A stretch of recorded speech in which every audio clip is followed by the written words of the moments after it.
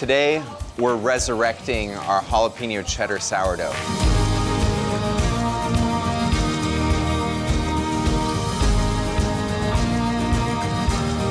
happened to this cheese? It's the same. Something's wrong with that. We've been having this issue with one of our breads. Life gets busy, and sometimes it's hard to address the things that we've got going on in the background. So this is a jalapeno cheddar sourdough. The dough has a little bit of milk, a little bit of butter, a little bit of brown sugar, and so all those things help it to be more of a softer bread. Add some jalapenos and cheddar to it, and it's one of our most popular breads if we make it all the time. We only do it once a week, and so as a result, when something goes wrong, it might end up going wrong multiple times and not get caught for a little while. It's not something that we're doing on the daily. One of the advantages for bread making in being a commercial baker or even a cottage baker like we were in the garage making a lot of bread every day is that you get practice over and over and over again. The home baker might make 2 loaves at a time and only maybe as infrequently as once in a while, or if they make a lot of bread, once every couple weeks or multiple times a week even, but still it's not that much practice in shaping or anything else versus doing something every single day and getting instant feedback. You know, you shape a bread wrong and you instantly have more to practice on. I'm in the wrong unit here on my scale. We have some problematic scales. These scales are not inexpensive because they weigh quite a bit of ingredients and they weigh down to the gram. These aren't like $10 scales, I want to say they're like $400 a piece. That one seems to be stuck in pounds, so I switched it out for this one. I'm using a type 70 flour. Type 70 means, and in different parts of the world, the numbering system is slightly altered. Our numbering system basically starts with a type 160 as whole wheat, and then sort of goes down in sifting to a type 55, which would be considered white flour. This flour is a type 70, and that means there is content of bran and germ, the outer layers of the wheat berry. In a type 70, we're a lot closer to the range of a white flour than we are to the range of a whole wheat flour. The majority of the bran and the germ have been sifted out. That will contribute to the overall texture of the bread as being also lighter, airier, softer than a whole wheat would be.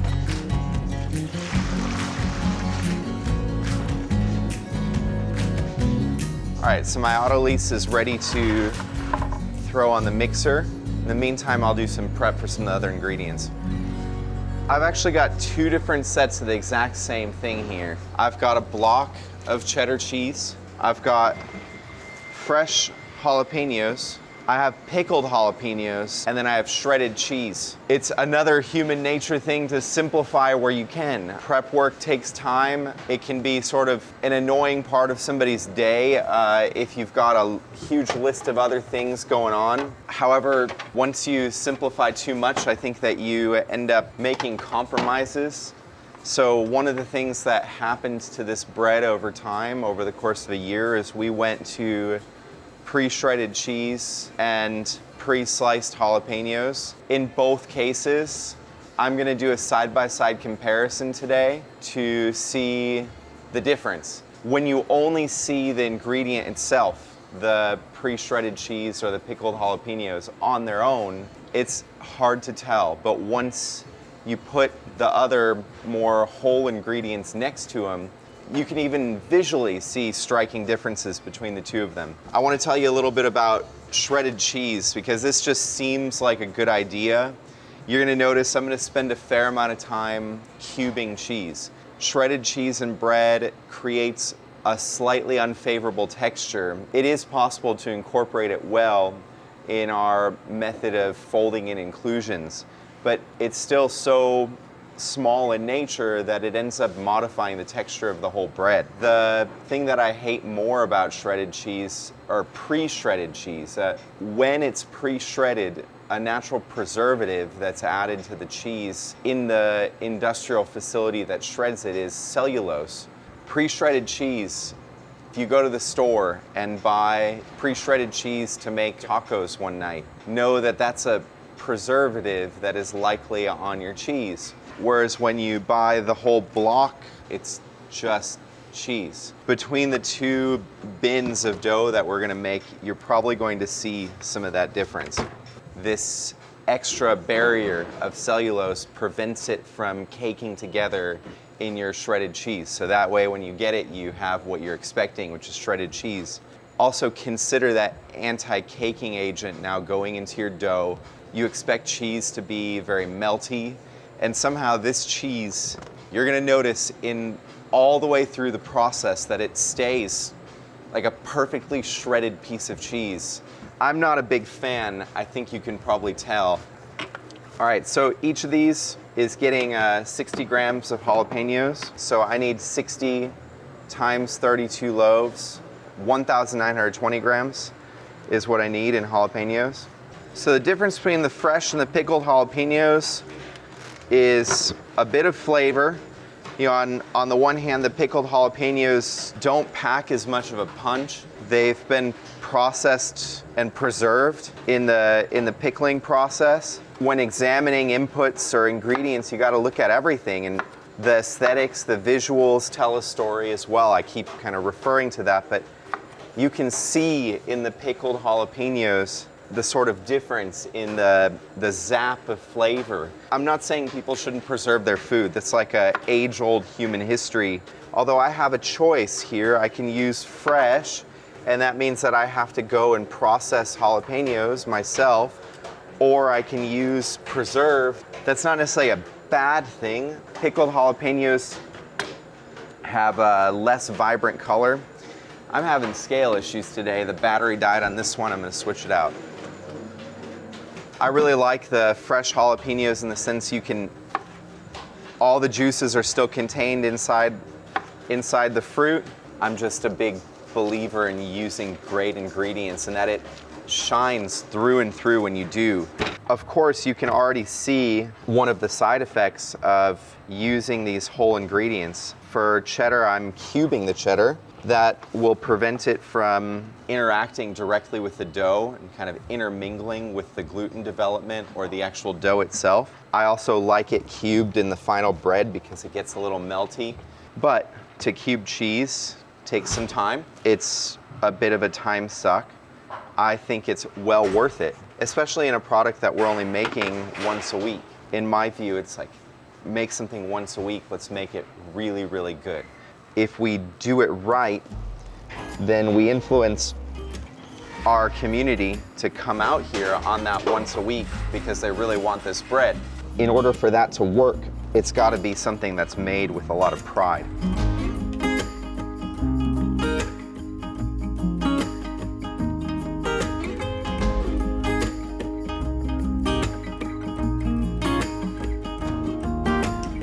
I want to get this autolyse started, so I moved away from my ingredient prep. In terms of order of operations, if you have any processes that are passive, that need time, and you have the ability to get them started, it's important to do so because the time has to occur. And so I could be slicing jalapeños and cheddar while my autolyse is going, or I could slice all the jalapeños and cheddar and then start my autolyse and then wait and have nothing to do in the balance. So when working in this environment, it's all about filling those time gaps. This is just flour and water coming together. It's somewhat of a stiff dough hydration-wise, which means to do the autolyse effectively, I need to run that initial part of the mix a little longer than I would if it was a wet dough. It will do its thing. I can walk away and I'll just check on it when it's done. I'm going low and slow, and what's nice about making bread this way when you mix slowly is you don't have to watch over it quite as much. If you run the mixer fast, you have to make sure that the dough is not getting torn. that you're not ruining your work with something very powerful. So I've got strips now. Final step is to get them into cubes. You can sort of tell in the cheddar that doesn't have the cellulose that even the action of pressing down with this knife leads to these sort of clumps. And so again, you can kind of get a visual look at what the point of that cellulose is in the cheddar. It's preventing the clumping of the cheese so that it stays shredded. And in the case of cubes, I don't really care because I'm going to fold these into dough anyway and get them to separate. You'll notice some what seem like larger pieces that you might not be able to tell are actually cut. And I imagine that if you were to take this cheddar and now box it up and ship it around in this form, by the time the end customer would get it, they might have larger pieces of cheddar. But I'm kind of interested in showing just the color comparison between these two bins. Realistically, I have to add, conservatively speaking, 30 minutes to my whole process in order to process whole ingredients. That's not a small amount of time. I'm making 32 breads, so essentially an extra minute of bread. Looking at this from a business mind, take the hourly wage and figure out how much a minute of their time is worth, and that's the added cost per bread to you in labor, because usually the ingredients aren't any more expensive whole than processed. You know, somebody's got to process them. So in some ways that's a value add to the ingredients, and you're often paying an extra fee anyway for the convenience. There's no question that the pre-shredded cheese ends up costing less once you factor labor, but it's very marginal. Then the big question is, will the customer pay those extra pennies in order to get a better overall product? We're not talking about having to pass on a cost that's unreasonable. We're talking about passing on a marginal add in cost for a better overall product, and I think most of our customers will choose that every time.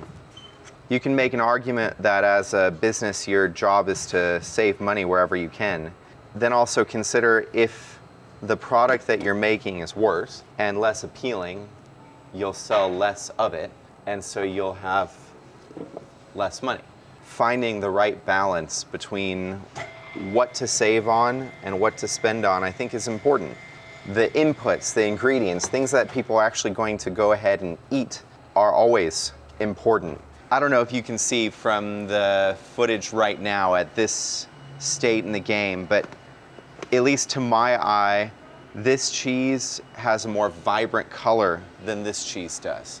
And granted, the color in the cheese, in this cheddar cheese, comes from a spice, because we've told ourselves that cheddar cheese ought to be orange in color, even though it is more of a white without the spice that colors it. In this case, they've been spiced the same or colored the same, and this one now is coated with the cellulose, and you can see it sort of dulled as a result. I think it's even more prominent in the final dough. You can certainly see the difference in the jalapeños. I still have to slice these up before they go in the bread, but even just the outer layers, you see the rich green, and here you kind of see a yellowed, browned green from the pickling. Let's not say there's anything wrong with pickling again, but there's more in the whole ingredient. There's more spice, there's more flavor. I'm letting the natural ingredients shine through in the bread. So my dough has now been auto-leased. This process releases enzymes. It's another extra, I guess, you could mix without an auto-lease, and yet by combining flour and water together ahead of time, allowing it to release enzymes that are in the flour, you're improving the texture of your bread and the flavor of your bread. And it's just an easy, passive process. It's a change in order of operations.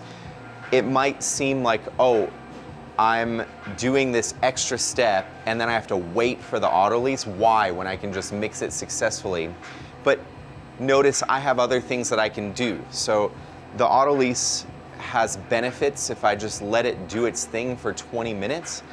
And in that 20 minutes, I can be chopping whole ingredients, then just moving back into the process. So if I have plenty of things to do, then I can run with a passive process, and it doesn't really cost me extra time. If I'm gonna get a benefit from this little extra step, why not? You might see this exact bench scraper in Satkaram's bakery. He's a master baker that I met in Portugal. I came home one day, not very long ago, to a package from Satkaram, and he really likes this particular one, so this is my first time using it in the bakery. And it was a really cool thing to come home to that. We've stayed in touch. Actually, we have this group online called the Proof Bakers Exchange. It's on WhatsApp. The other baker that we met on that trip, Diogo, who has a bakery with, I think, around 12 or 13 satellite locations now, he's also in the group. So you get these ranges of points of view on things. So it's pretty cool to come home to this oversized dough scraper. This one is just sturdier. You can do more with it with bigger batches, whereas this one has a use without a doubt. It's got the rounded end, so scraping out a bowl that is rounded in nature is nice with something like this. But working with bigger batches of dough, this is like a new tool that can be used like the other one, but in more applications. So big thank you for this. It was a really nice gesture. So I put the starter in the bowl right away. It's funny, the lessons you sort of pick up on over time. We have a similar bread on the menu that doesn't include the jalapeños and cheddar. I won't forget the day in the garage where I did everything perfect. For whatever reason, when it comes to sandwich bread, I like to forget putting in the sourdough starters. For whatever reason, in this particular bread, in the order of operations, it sort of feels like you've done all the work. The next step, again, is to create a little bit of a sandwich with the sourdough starter in the middle between the two dough layers. And you could not add the starter, have a very similar dough at the end, not notice. And so I have this habit of always adding the starter to the autolyse, because then I know it's there, it's sitting right on top. I'll add the other ingredients that need to go in, and it helps me just not omit the most important ingredient, arguably, that will make a leavened loaf. I don't think that there's going to be anything about these that's abnormal in the least. So next time you guys forget to add starter to your mixes, know that you can still save your day. So this is milk that has been dehydrated, so it's milk powder. For baking, it is useful in this form. Milk contains enzymes that interact directly with the dough and affect fermentation. It's one of the reasons why shredded cheese, when mixed incorrectly in the dough, can lead to interactions that are unfavorable for fermentation. Well, milk has similar issues. It's a lot more stable to incorporate in the dehydrated form. I think the first time that milk was ever dehydrated like this was for a preservation tool. If you add water to it, the right amount, and mix the dehydrated milk together, it tastes very much like regular milk at that point. So that's why it was originally done. Milk is not the most shelf-stable ingredient, as most of us know, but it has this extra benefit for baking. So I've got 3 ingredients in here: the brown sugar, the salt, and the milk. Brown sugar's interaction with dough could cause clumping. The brown sugar wishes to clump together. What I like to do is basically combine all these ingredients together by hand before I mix them into the final dough, and that sort of prevents that from happening. And it also gives me a chance to deal with any already pre-clumped pieces of brown sugar and just loosen them up. If I notice any really hard pieces of brown sugar, I'm going to try to untangle them from one another, unclump them. not through the use of cellulose, but just, you know, good old muscle power. Sometimes you get like almost a crystallized piece of brown sugar, and at that point I'm just going to get rid of that piece from my dough because it will stay in that form through the process. You'll end up with just a sugary piece of dough. Okay, so the base dough now has all the ingredients incorporated. The one thing that's still missing from the bowl is butter. I'm not going to add the butter until my gluten is pretty well developed in the mix. It's one of those things that if you don't process jalapeños or peppers with gloves, kind of regret it later on.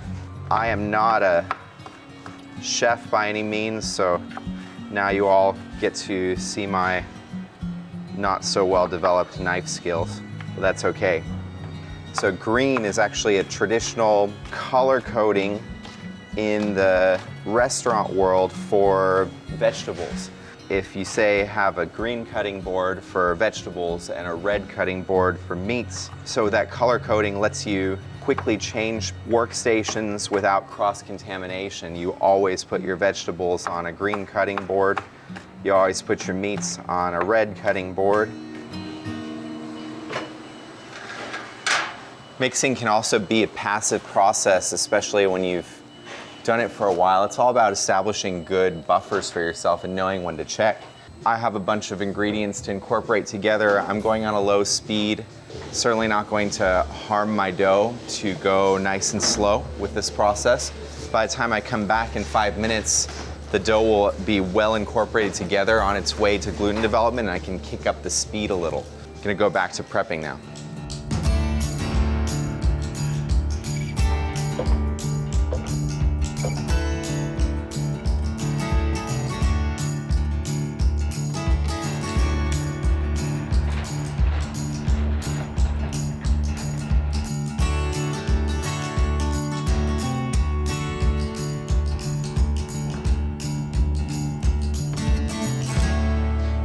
There's been a feeling that's developed around here that the only jalapeno cheddar sourdoughs that we can make are going to turn out these flat frisbee-like discs because it's just been happening over and over again. And so I did one batch with the exact same ingredient sets that have been used, the pickled jalapenos and the pre-shredded cheese, and I couldn't help but add fresh ingredients in another batch.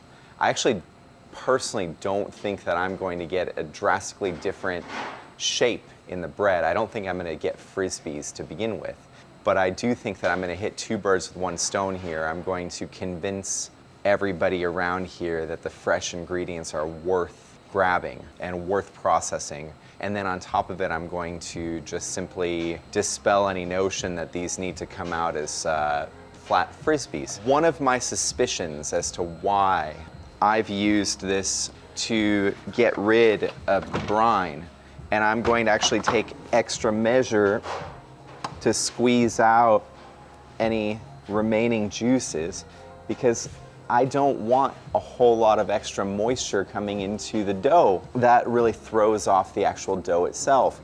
And so the dough ends up wetter, ends up harder to shape. Two problems with jalapeno cheddar. If you're an artisan baker or even a home baker, I could spare you some problems right now if you just get these two points home. Cheddar melts and burns in the oven. So if you bake it directly on a stone in a hearth oven, you are going to end up with a mess on your hands, and it's not so easy to get rid of the cheddar. There's like natural oils in there, fats. The other thing is jalapenos and cheddar in bannetons overnight in forms. Not only do you have to have more forms, so just from a frugality standpoint, if I can make the loaf without forms, I can save on the investment of having more forms, but it's almost like you have to have dedicated forms because do you really want your next day's country sourdough taking on a jalapeno flavor? I was inspired to develop this bread last year when we were working a lot with a Ukrainian bakery, and one of them was called a baton. And it's a very standard bread in the region, but it's a free-form batard shape because it's made on an enriched dough. which this is, the dough itself is stiff enough and holds its form well enough that it can be put on a sheet tray and hold up well. One of the objections that my teammates have been offering is the main reason that this bread is coming out like a frisbee is we're not putting it in forms. But I don't find that to be the case at all, because the bread that inspired this bread doesn't have inclusions in it at all. They're like a scaffolding on the inside of the dough that holds it together. When you get this right, you can bake jalapeno cheddar on a tray in a rack oven, or even in your deck oven on a tray, doesn't really matter. The point is the cheese will then melt onto the tray and not onto your oven stone. So you can just clean your tray and move on with life. You haven't tainted your forms, meaning all your subsequent bread's not gonna taste like jalapenos. Two big benefits of doing it this way. So now that I've strained jalapenos for my, I guess, control batch, I'm going to scale out this pre-shredded cheese.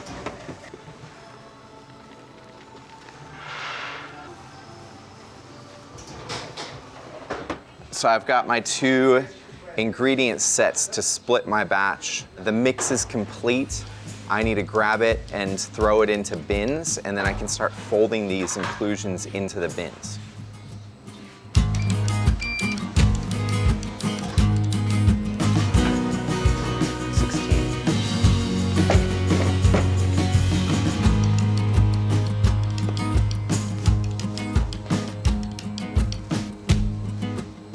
All right, so I've got two equal bins here. I started this bread yesterday. I made the first batch, and that way we can start working on baking that batch, which is proofing right now. It went overnight. This batch will not be baked until tomorrow. Again, our whole process is always multiple days to allow for long fermentation. Something else that's sort of happened over time to our formula is we've added more and more cheese and jalapenos to the actual dough. And I wonder, does some of that have to do with the selection of the ingredients, meaning the fact that the jalapenos are pickled? You need a lot more of them to pack a punch. This one might be quite strong today in a jalapeno flavor. It might be extra spicy, so we'll see. You're gonna see right away that it just seems like we're putting a lot. It's gonna take me a minute to fold all of this in. But this is the first visual look at the difference between the two. I mean, A or B, just on visuals. Which one do you prefer? Which one are you drawn to? Maybe some people would pick that one, but I think most would probably go for the more vibrant color. So I'm gonna mix up my inclusions a little. I'm kneading the inclusions into the actual dough itself.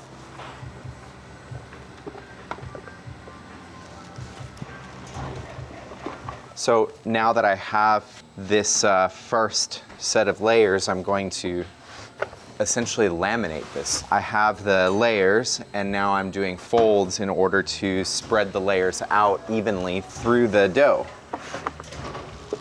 This dough is going to get folded a couple more times before getting shaped, and so all these layers are going to spread that much more evenly and come back to this particular bin when I'm done with the other. Working with this pre-processed set of ingredients, I mean, there's no secret that there's plenty of ways to make automated bread. This has existed for 100 years now. But what people don't realize is the micro decisions that are made along the way. It's the pre-processed ingredients versus fresh, except multiply that out by an assembly line, and the final quality is affected. On the flip side of that, in a human process, it's more expensive. There's a stronger chance of failure. I don't know, I think it's an important consideration, and it's part of what you're experiencing coming to a bakery like this or bakeries like us around the world is the risk that you might come in one day and the bread is a little bit different than it was yesterday. If we wish for nuance, we wish for whole ingredients, we should allow for a little bit of inconsistency that might come day to day. It's just part of the trade-off, and I think it's a worthwhile one. In doing this, I'm further laminating the layers of inclusion. Number of ways to fold, but once you have inclusions in the dough, This very simple fold over technique is, in my opinion, the easiest to go with. And here's the same ingredients, but the pre-processed versions. You can see that in this stage, there's still a couple folds to go. There's still some heavy areas of inclusion. And so over the course of this bulk fermentation process, that's going to improve. All right, we're back at the folding. After this, I should be pretty well incorporated, and I'm just gonna let this dough hang out for a little while and gain some volume. The inclusions in this bread, coupled with the temperature of the dough, call for an extended period of fermentation. And actually, it's another thing that I identified as a potential weak point in our latter processes that were contributing to the flat bread. If you don't get enough bulking activity, then you have to rely on a much longer final proof. And the dough strength doesn't hold up as well, and so you end up with a flatter loaf. So it's important to bulk this bread enough and get enough built up energy before you cool it down and proof it again. We're on the shaping table here, and I'm going to demonstrate these. It's really important to make sure they get enough bulking time, because again, it translates to how much proofing time they get later on.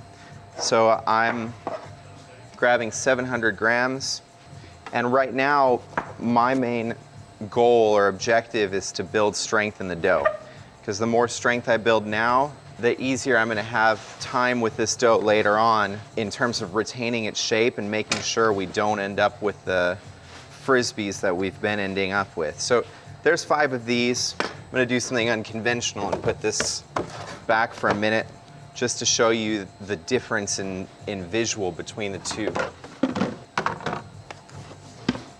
Here's the fresh inclusions. What's interesting is even at this stage, the fresh inclusions are a looser overall dough. That shredded cheese sort of acts like a webbing or a netting in the dough and makes expansion more challenging, both at this stage, the bulk fermentation stage, and at the final proofing stage. I don't think anybody would really do this type of thing side by side normally. You know, they'd pick their inputs, whether it be pre-processed or freshly processed, and just roll with it. So it's kind of interesting to see these little variables. And my job now is to shape. I can make my life a little easier. I have pretty clean divisions overall, not a huge amount of different pieces of dough, but I could do a small pre-shape if I wanted to, and then come back and tighten them. And this is actually where the team has been stopping at this point. Like, pre-shaped rounds onto a tray, done. At this stage, they look fine, but there's actually no built up extra tension in the final bread doing it this way. And so when you go to final proof, they're going to just sort of ooze out into the frisbee form. So we're not going to do that. We're instead going to do more of the my standard country sourdough shaping, where I'm going to roll this up into what's more of like a tight log or burrito, and then set it onto the tray.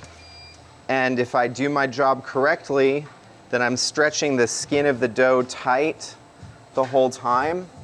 And when they go to final proof, they're going to retain more of their shape along the way. And you can see with the fresh ones, you have the side effect of some of the cheese coming out due to the chunks. So all these like little things cause, you know, a team over time to be like, can we simplify this? Can we get rid of the extra work of the chunks going on the table? And so that's a very reasonable request. These are the pre-processed ones, are easier to shape. They're more uniform in nature. Less of the ingredients fall out. So those are all pros, but throughout this whole process, we're identifying a lot of cons. All right, now that these are shaped, they're ready to go into our walk-in cooler to cold ferment overnight. These Jalapeño Cheddar Sourdough have been going overnight. They're getting moved to the proofer. Once they get some nice expansion in volume, they'll be ready to bake. Cold fermented overnight and then proofed in a warm 84-degree room that's humid. And now we've got quite a bit of rise. Because it's an ambient dough, I can do the touch test. So I'm just touching the top of the dough and seeing the bounce back effect. If it bounces back too quickly, then I know it's underproofed. If it bounces back slowly, then I know it's just right. And each bread might have a little bit of nuance here. The big problem that we were facing with this bread was the fact that it was being shaped, proofed, and then literally coming out in frisbees. Right now, I'm pretty happy with these. If this was a sourdough croissant, then based on the touch test, I would still keep proofing it. But with these, I'm going to, if the proofing curve is a bell curve, I'm trying to hit it towards the front side of that bell, on the way up. I could probably proof them more, but the more I proof them, the more I risk the old results. So I think this is a good time to pull the trigger on them. Time to score these guys. So you see I'm loading these now on our rack oven, and that's the beauty of this bread. I'm not gonna have to worry about this cheese getting anywhere on my oven. I haven't gotten jalapeños on any of my bannetons, so no other bread is going to be influenced by jalapeno. So now I'm dealing with the ones that had the pre-processed ingredients. You can see it. They score roughly the same and they fermented about the same. The texture is mildly different, and the visual appearance is significantly different. It's also going to be different for the end customer because the pieces of cheese in this one are actually, oddly, I'm predicting not really going to melt, whereas the cheddar chunks in the freshly prepared jalapenos and cheddar are going to be melty. All right, we've got the rack ready to go. My oven is preset. Bring these guys over. Behind you, Taylor. Behind.